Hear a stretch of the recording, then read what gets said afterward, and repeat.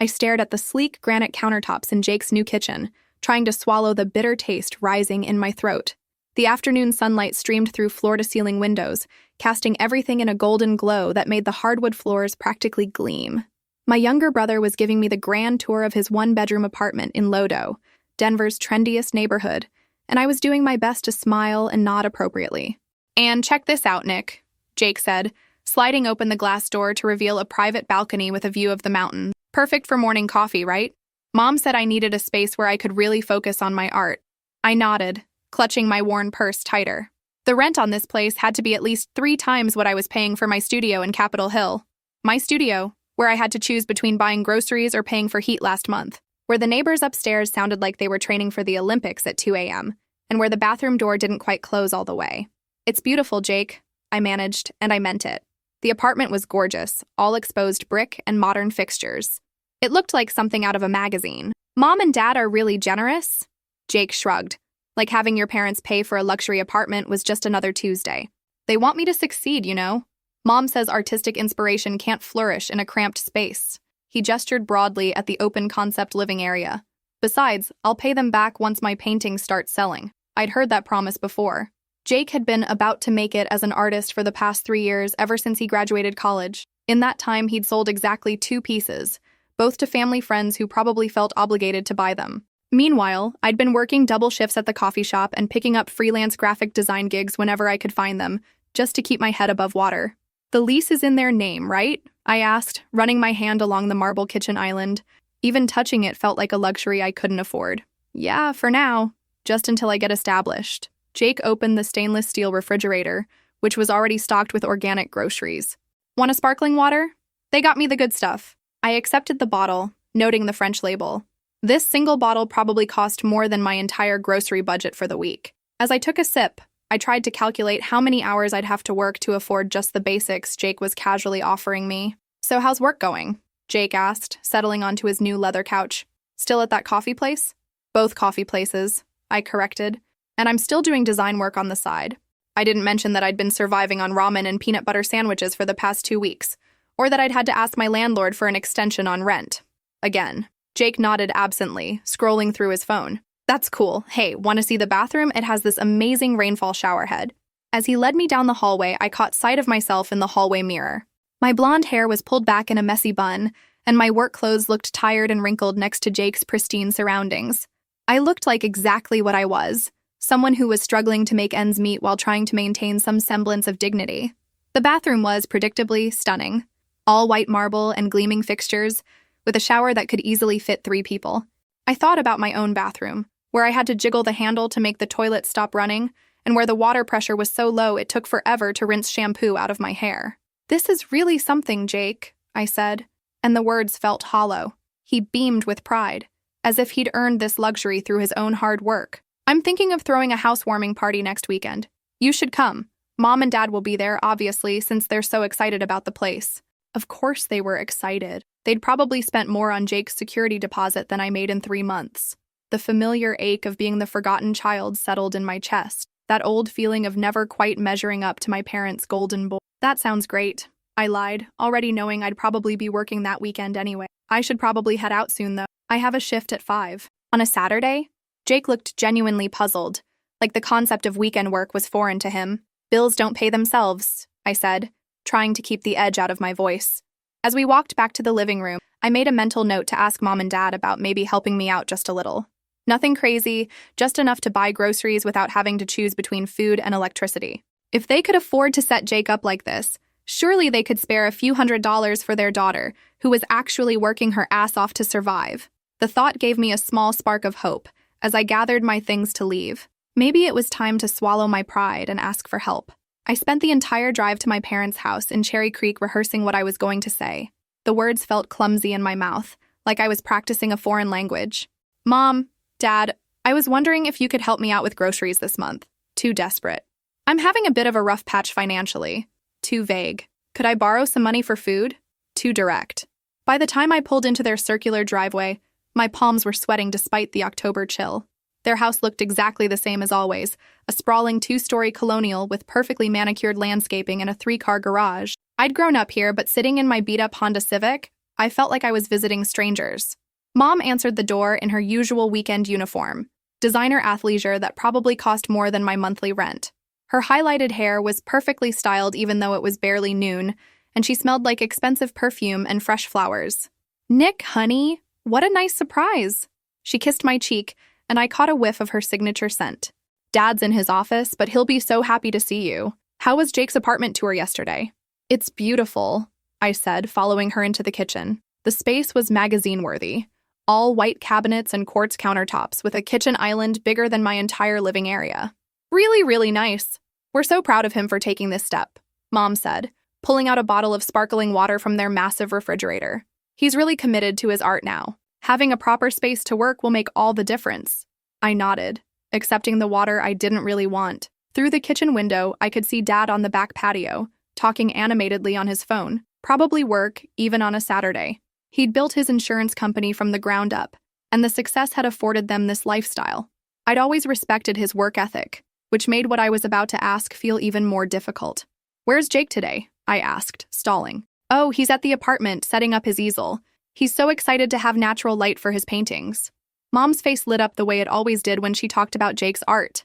"He's talking about maybe having a showing next year. We're thinking of helping him rent a gallery space." Of course they were. I took a sip of water and tried to find my courage. "Mom, I was actually hoping to talk to you and Dad about something." "Of course, sweetheart. Let me get him." She stepped outside and waved Dad over.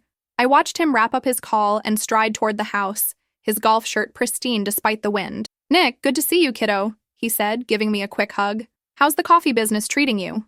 "It's good," I said automatically. "Both jobs are keeping me busy."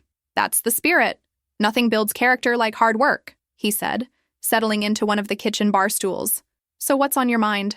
I took a deep breath. This was it. "Well, I've been working really hard, but things are a bit tight right now.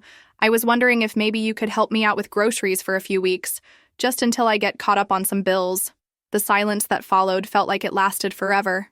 Mom and Dad exchanged a look, and I saw something pass between them, some kind of silent communication that made my stomach drop. Then Dad started chuckling. "Oh, Nick. Everyone goes through tough times when they're starting out. It's part of growing up." "But I'm not starting out," I said, my voice smaller than I intended. "I've been working for 3 years. I'm just having a hard time making ends meet." "Honey," Mom said, her voice taking on that patronizing tone I remembered from childhood, "we all have to learn to budget. Maybe you need to look at where your money's going. Are you eating out too much? Buying things you don't really need?" Heat flooded my cheeks. "I haven't eaten out in months. I'm asking for help with groceries, not a vacation." Dad leaned back in his chair, still wearing that amused expression. "You know, when I was your age, I lived on mac and cheese and hot dogs for a year. It taught me the value of $1. It's different now," I said, feeling desperate. "Rent is higher. Wages haven't kept up. Everyone has excuses," Dad interrupted. "What matters is what you do about it. Maybe it's time to think about a career change. Coffee shops aren't exactly a path to prosperity." I felt like I'd been slapped. "I'm also doing graphic design work. I'm trying to build a portfolio." "Well, maybe you should focus on that instead of asking for handouts," Mom said, her tone gentle but the words cutting. "We didn't help Jake by giving him money for groceries. We invested in his future." "You literally just paid for his apartment," I said, the words tumbling out before I could stop them. Another look passed between them, and Dad's expression hardened slightly. "That's different. Jake is pursuing his passion. He's creating something meaningful. We're supporting an artist, not enabling dependency." "I'm not trying to be dependent," I said, my voice cracking. "I'm working 2 jobs. I just need a little help with food." "And what happens next month?" Mom asked. "And the month after that? When does it end, Nick? We can't keep bailing you out every time things get difficult." "But you can buy Jake a luxury apartment," I thought bitterly. "You can stock his refrigerator with organic food and promise him gallery showings. You can invest in his dreams while you tell me to eat mac and cheese." "I understand," I said, standing up. The water sat untouched on the counter, and I left it there. "I should go. I have a shift in a few hours." "Nick, don't be dramatic," Dad said, but he was already reaching for his phone again. "You'll figure it out. You always do." I walked myself to the door, my face burning with shame and anger. Behind me, I heard Mom calling out, "Drive safely, honey, and think about what we said about budgeting." As I sat in my car in their driveway, I realized I was shaking, not from the cold, but from the humiliation of being dismissed so casually. They hadn't even considered helping me. They'd laughed, actually laughed at their daughter asking for help buying food. I drove home in a haze, their words echoing in my head. By the time I reached my tiny studio apartment, I'd made a decision. I was done asking them for anything. Done hoping they'd see me the way they saw Jake. Done being the forgotten child who had to beg for scraps while her brother got handed everything on a silver platter. If they wanted to treat me like I was on my own, then I'd show them what being on my own really looked like. The next few weeks passed in a blur of double shifts and determination. I threw myself into work with a fury I'd never felt before, picking up every extra hour I could get at both coffee shops. When I wasn't pulling espresso shots or wiping down tables, I was hunched over my laptop, frantically applying to every freelance design job I could find online. My studio apartment became a war room. I spread my bills across my tiny kitchen table, color-coding them by urgency. Red for immediate, yellow for soon, green for manageable. There was a lot of red. But for the first time in years, I felt like I was fighting for something instead of just surviving. The turning point came on a Tuesday evening at Grind Coffee, my main job. I was closing up when Maya, my coworker, found me crying over the cash register. The day had been brutal, full of demanding customers and a broken espresso machine, and I'd just calculated that even with my extra shifts, I was still going to be short on rent. "Nick, what's wrong?" Maya asked, her voice soft with concern. She was only 19, a college student who worked part-time, but she had this way of seeing people that made her seem older. "Nothing," I said automatically, wiping my eyes with the back of my hand. "Just tired." "Bullshit," she said, grabbing a chair and sitting across from me. "You've been running yourself ragged for weeks." "What's going on?" Something about her directness broke through my defenses. Maybe it was the exhaustion, or maybe I was just tired of carrying everything alone. Either way, I found myself telling her everything. About Jake's apartment, about asking my parents for help, about the way they'd laughed like my struggles were some kind. Maya listened without interrupting, her dark eyes growing. "Your parents are assholes," she said. I let out a "Maya, I'm serious. My parents would sell their car before they'd let me skip meals, and they don't have money like yours do." She leaned forward. "Nick, you're one of the hardest working people I know. You cover shifts for everyone, you're always helping customers, you never complain. If you're struggling, it's not because you're not trying hard enough." Her words hit me like a revelation. I'd been so focused on what I was doing wrong, on how I was failing, that I'd lost sight of how much I was actually doing right. "But what can I do?" I asked. "I'm already working as much as I can." "You can stop undervaluing yourself," Maya said. "Do you know how much you charge for your graphic design work?" I told her my rates, and she nearly fell off her chair. "Nick, that's insane. You're charging student prices for professional work. I've seen your portfolio, it's amazing. You could be charging 3 times that. But I'm not established yet? So what? Your work is good, really good. You just need to believe it."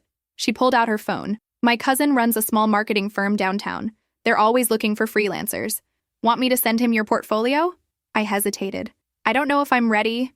"Ready for what? To get paid what you're worth?" Maya's voice was fierce. "Nick, you've been ready. You just haven't been asking." That night, I went home and looked at my design work with new eyes. Maya was right. My portfolio was solid. I'd been so focused on being grateful for any work that came my way, I'd forgotten to value my own talent. I spent the next day updating my rates and reaching out to better clients. It was terrifying, but also exhilarating. When Maya's cousin called me that afternoon about a project, I quoted him my new rate without flinching. "Sounds reasonable," he said. "When can you start?" I had to mute the call to keep from laughing with relief. The project was redesigning a restaurant's brand identity, and it was exactly the kind of work I'd been dreaming of. Creative, challenging, and well-paid. As I worked on the initial concepts, I felt something I hadn't experienced in years: professional pride. But the real test came the following weekend, at Jake's housewarming party. I almost didn't go.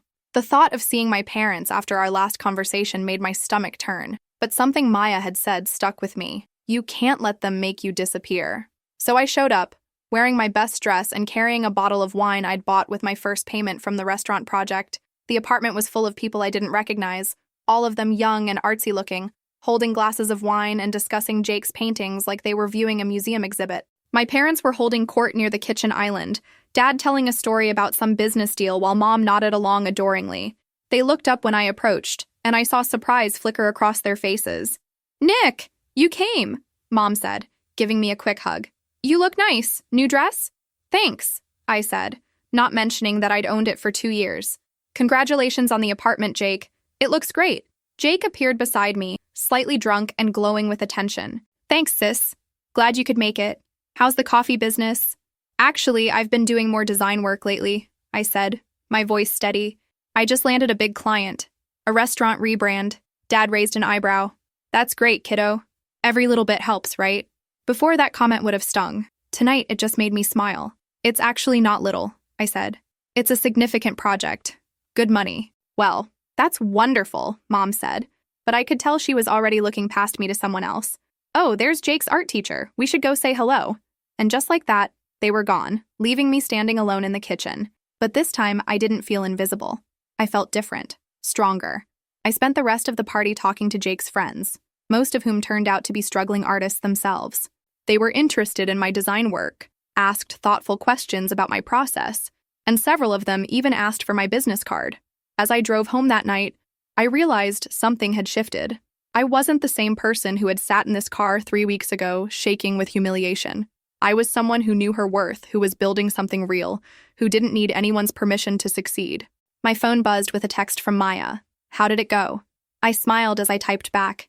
I think I'm finally ready to stop being invisible. 3 months after Jake's housewarming party, my life looked completely different. The restaurant rebrand had led to 2 more projects, and word was spreading through Denver's small business community. I'd raised my rates twice more, and to my amazement, clients kept saying yes. For the first time in years, I wasn't choosing between groceries and rent. I was sitting in my favorite corner booth at Stella's Diner, working on a logo design for a local yoga studio, when someone slid into the seat across from me. I looked up to find a woman about my age with short auburn hair and paint-stained fingers. You're Nick, right? Jake's sister? She asked. I'm Carmen. I was at his party a few months ago. I remembered her vaguely, one of the art students who'd been genuinely interested in my work. Oh, hi. How's it going? Good, actually. Listen, I know this is random, but I have a proposition for you. She leaned forward, her eyes bright with excitement. A few of us from the party have been talking about starting a creative collective. You know, pooling resources, sharing contacts, maybe even getting a shared workspace eventually. I closed my laptop, intrigued. What kind of collective? Artists, designers, photographers, maybe a writer or two? The idea is that we all support each other's work, refer clients back and forth, collaborate on bigger projects. Carmen pulled out her phone and showed me a group chat. We've got about 8 people interested so far. Your name keeps coming up. My name? Jake mentioned you're killing it with design work lately. And honestly, we need someone with your business sense. Most of us are great at the creative stuff, but terrible at the practical side. I felt a warmth spread through my chest. These people had been talking about me, about my work, about wanting me to be part of something. I'm interested, I said. Tell me more. Over the next hour, Carmen laid out their vision. They wanted to create a supportive network of creative professionals who could help each other grow. They were tired of competing for scraps and wanted to build something bigger together. We're meeting next week to hash out the details, Carmen said as we prepared to leave. You should come. I think you'd be a great addition. That evening, I called Maya to tell her about the opportunity. She was working her way through nursing school now, having taken my advice about believing in herself, and we'd become closer friends than I'd ever expected. This sounds amazing, she said. You should definitely do it. I'm nervous, I admitted. What if I'm not good enough? What if they realize I'm just faking it? Nick, stop. Maya's voice was firm. You've tripled your income in 3 months. You have clients calling you instead of you begging for work. You are good enough. You're more than good enough. The meeting was held in Carmen's apartment in the Highlands, a cozy space filled with canvases and the smell of turpentine. I arrived early, clutching a folder of my recent work and trying to calm my nerves. The group was exactly what Carmen had described, a mix of painters, photographers, a sculptor, and a freelance writer. They were all around my age, all struggling with the same challenges I'd been facing, but instead of competing with each other, they wanted to lift each other up. The way I see it, said Marcus, a photographer who specialized in small business portraits. We're all trying to build careers in a city where it's getting harder and harder to make it as a creative. We can either keep fighting for scraps individually, or we can pool our resources and create something bigger. Everyone nodded. I found myself speaking up. I love the idea, but how do we make it work practically? How do we share clients without stepping on each other's toes? That's exactly why we need you, Carmen said, grinning. You're thinking like a business owner, not just an artist. We spent the next 3 hours hammering out the details. We'd call ourselves the Denver Creative Collective. We'd meet monthly to share opportunities and collaborate on projects. We'd create a shared resource pool of contacts and vendors. Most importantly, we'd support each other's growth instead of seeing each other as competition. By the time I left that night, I felt like I was part of something real, something I'd helped create. The collective took off faster than any of us had expected. Within a month, we'd landed our first group project, a complete rebrand for a local nonprofit that needed everything from logo design to photography to website copy. The budget was bigger than any of us could have handled alone, but together, we delivered something incredible. I found myself taking on a leadership role naturally, coordinating between different members and managing client relationships. It felt like everything I'd learned from years of customer service and juggling multiple jobs was finally paying off. The success of the nonprofit project led to bigger opportunities. Local businesses started reaching out to us directly, wanting the comprehensive creative services we could provide as a group. I was busier than I'd ever been, but it was the good kind of busy. The kind where you're building something instead of just surviving. One evening, as I was wrapping up work on a new client presentation, my phone rang. It was my mom. "Hi, honey," she said, her voice unusually warm. "How are you doing?" "I'm good," I said, genuinely meaning it. "Busy with work." "That's wonderful. Listen, your father and I were wondering if you'd like to come to dinner Sunday. We haven't seen you in a while." I hesitated. Since the housewarming party, I'd been politely declining most family gatherings. Not out of anger, but because I was busy building a life that actually fulfilled me. "I'd love to," I said finally. "But I should mention, I might need to step out to take a client call. I'm working on a pretty big project right now." There was a pause. "A client call? On Sunday?" "Yeah, sometimes that's how it works when you're running your own business," I said, surprised by how confident I sounded. "Your own business?" Mom's voice had changed, becoming more attentive. "Nick, what exactly are you doing now?" I told her about the collective, about the clients we were working with, about the projects I was leading. As I talked, I realized how much had changed in just a few months. I wasn't the same person who had sat in their kitchen begging for grocery money. That's really impressive, honey," Mom said, and for the first time in years, she sounded genuinely proud. "Your father will be so interested to hear about this." After I hung up, I sat in my apartment, looking around at the space that had once felt like a prison. It was still small, still far from perfect, but it was mine. And more importantly, it was the foundation for something I was building myself. I thought about the girl who had driven away from her parents' house in tears 3 months ago, convinced she was a failure. That girl had been looking for validation in all the wrong places. She'd been waiting for someone else to see her worth, but worth wasn't something you could get from other people. It was something you had to recognize in yourself, and then prove to the world through your actions. And I was just getting started. The Sunday dinner at my parents' house was unlike any family gathering I'd ever experienced.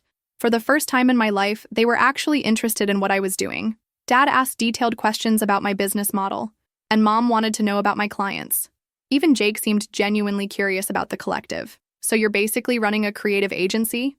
Dad asked, leaning back in his chair with what looked like respect. "Sort of," I said, cutting into my steak. "We're more like a network of independent contractors who collaborate on bigger projects. Everyone maintains their own client base, but we share resources and refer work to each other." "That's brilliant," he said. "You're eliminating the overhead of a traditional agency while still being able to take on larger contracts." I nodded, feeling a strange mix of pride and sadness. This was the first time my father had ever talked to me like I was a real business person, not just his struggling daughter who needed guidance. "How much are you making now?" Mom asked, then immediately looked embarrassed. "I'm sorry, that's rude to ask." "It's okay," I said. "I'm doing well. Better than I ever imagined, actually." The truth was, I was making more money than I'd ever thought possible.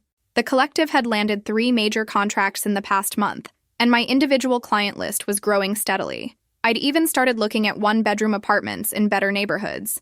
"I'm proud of you, Nick," Dad said, and the words hit me harder than I expected. "You've really turned things around." I set down my fork, feeling something rise in my chest. "Turned things around? You know?"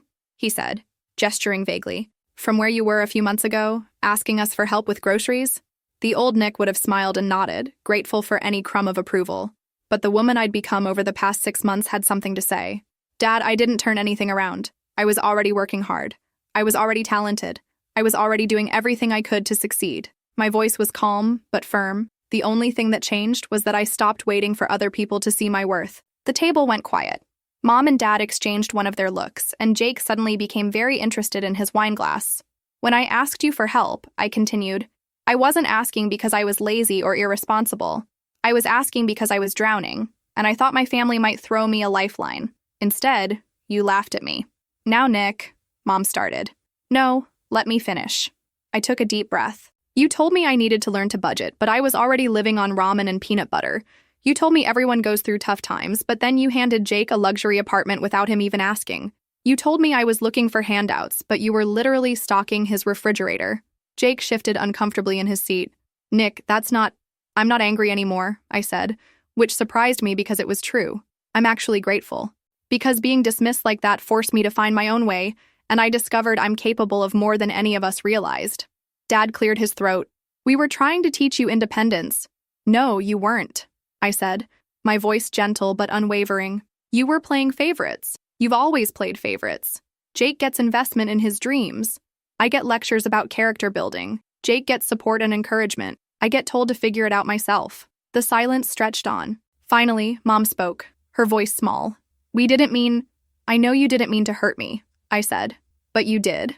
For years, I thought there was something wrong with me. Something that made me less worthy of your support than Jake was. I thought I wasn't trying hard enough, wasn't good enough, wasn't deserving enough. I looked around the table at my family, these people who had shaped so much of my self-perception for so long. But I was wrong. I was always enough. I just needed to believe it myself. Jake finally looked up. I'm sorry, Nick. I never asked them to treat us differently. I know, I said, and I meant it. This isn't about you, Jake. It's about me finally understanding that I don't need anyone's permission to succeed. We're proud of you, Mom said, tears in her eyes. We've always been proud of you. Have you? I asked, because it never felt that way. The conversation that followed was difficult, but necessary. We talked about patterns that had been established years ago, about assumptions and expectations that had never been questioned. My parents admitted they'd always seen Jake as the one who needed more support, more encouragement, more investment. They'd seen my independence as strength, not realizing it was actually isolation. We thought you were so capable, Dad said. We thought you'd be fine no matter what. I am capable, I said. But that doesn't mean I didn't need support. It just means I learned to do without it. By the time dessert was served, something had shifted. Not everything was magically fixed, but there was an acknowledgement of hurt and a commitment to do better. Most importantly, I realized I didn't need their validation anymore. I had it now, but it wasn't the desperate hunger I'd carried for so long. As I prepared to leave, Mom pulled me aside. We should have helped you, she said quietly. When you asked for grocery money, we should have said yes without question. It's okay, I said, and surprisingly, it was. I'm glad things happened the way they did. If you'd helped me then, I might never have learned what I was capable of. You're remarkable, she said. I should have told you that years ago. Driving home, I thought about the journey from that humiliating day 6 months ago to this moment. I'd gone from begging for scraps to building something meaningful, from feeling invisible to taking up space confidently, from waiting for validation to creating my own worth. My phone buzzed with a text from Carmen. Emergency collective meeting tomorrow. We just got approached about a massive project. Like, change all our lives massive. I smiled, feeling that familiar excitement of new possibilities. Whatever came next, I knew I was ready for it. I'd learned the most important lesson of my life. The only person who could make me feel worthy was me. And I finally, truly, knew my worth. The next morning, I woke up in my small apartment and made coffee in my tiny kitchen. But as I sat by the window, watching the sun rise over Denver, I wasn't thinking about what I didn't have. I was thinking about everything I was building, everything I was becoming, and everyone I was becoming it with. I was thinking about the girl who had driven away from her parents' house in tears, convinced she was a failure. I wished I could tell her that the rejection that felt like the end of the world was actually the beginning of everything she'd ever wanted. I wished I could tell her that sometimes the best gift your family can give you is the motivation to prove them wrong. But mostly, I wished I could tell her that she was already enough, exactly as she was. She just needed to believe it.